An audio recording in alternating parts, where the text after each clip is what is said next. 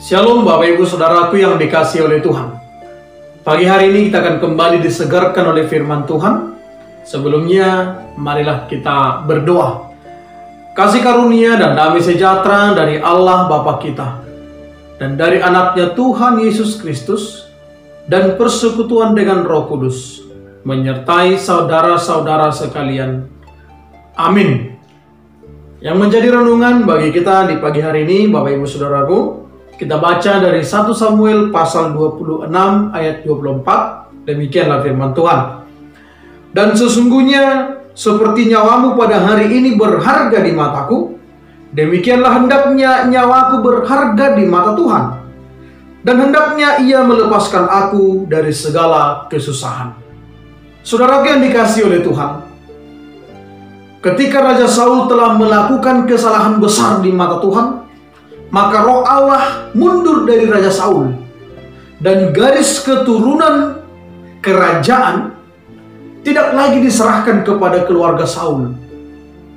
Bahkan Allah memilih Daud, keluarga yang jauh berbeda dari Raja Saul, untuk menjadi penerus kerajaan di Israel.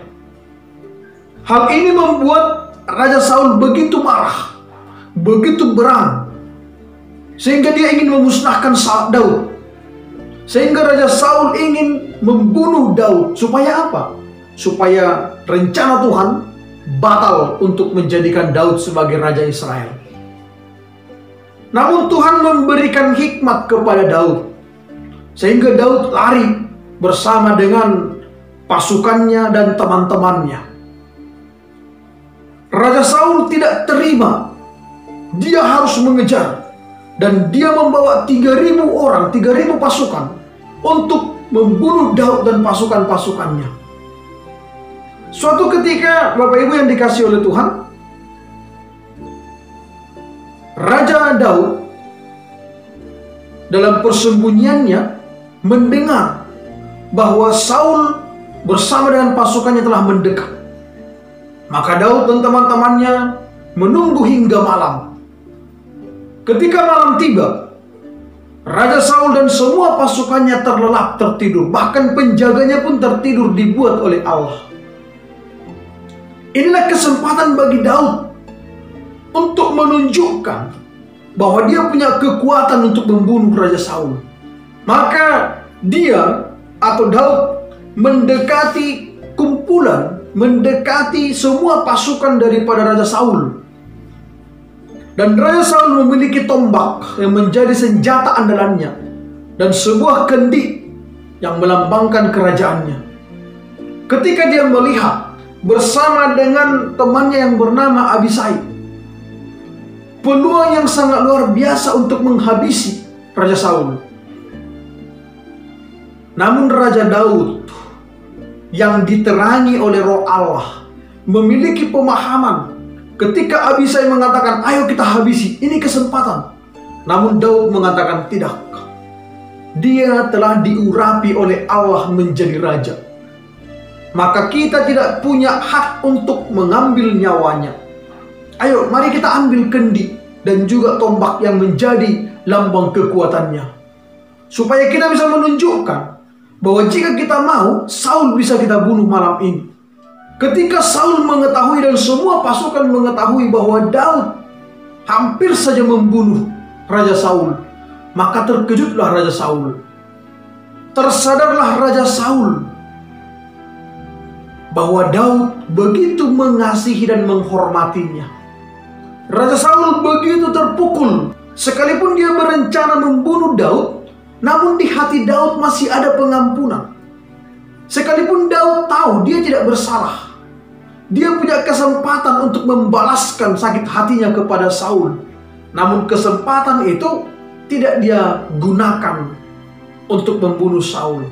Pengampunan yang dimiliki oleh Daud ketika itu sungguh-sungguh menjadi sebuah teladan, menjadi pukulan bagi Saul, bahwa dia harus benar-benar mengasihi Daud. Saudara yang dikasihi oleh Tuhan, demikian juga kehidupan kita. Dalam hubungan sosial bersama dengan siapapun, ada membenci kita, atau sebaliknya kita membenci orang lain hanya karena rasa iri yang muncul di hati kita. Kesuksesan orang lain menjadi kecemburuan bagi kita. Harusnya sebagaimana yang telah dialami oleh Saul, ini menjadi pukulan bagi kita, menjadi pelajaran bagi kita bahwa tidak ada iri hati yang bisa membawa kita kepada sukacita. Justru sebaliknya, iri hati akan mempermalukan kita sendiri sebagaimana Saul dipermalukan oleh Raja Daud. Yang kedua, kita bisa melihat bagaimana Daud sekalipun dia dibenci, sekalipun dia dikejar, sekalipun dia terancam hendak dibunuh, dan sekalipun dia punya kesempatan emas untuk menghabisi dan membunuh Saul yang membenci dia tanpa alasan, namun Daud masih mendengarkan suara hatinya yang dikuasai Roh Kudus. Daud masih mengampuni, Daud membebaskan Saul. Karena apa? Karena Daud menyadari Saul itu adalah raja bagi bangsa Israel. Demikian juga kita. Begitu berharganya Saul di hadapan Daud sehingga dia diampuni. Maka kita juga demikian, Bapak Ibu yang dikasihi oleh Tuhan. Karena nyawa kita berharga di mata Tuhan, maka kita harus menyayangi nyawa kita. Karena nyawa orang lain juga berharga di mata Tuhan, maka kita pun harus menyayangi orang lain, siapapun itu. Sejahat apapun dia kepada kita, tidak ada hak kita untuk mengambil nyawa mereka, sekalipun kita punya kesempatan untuk itu.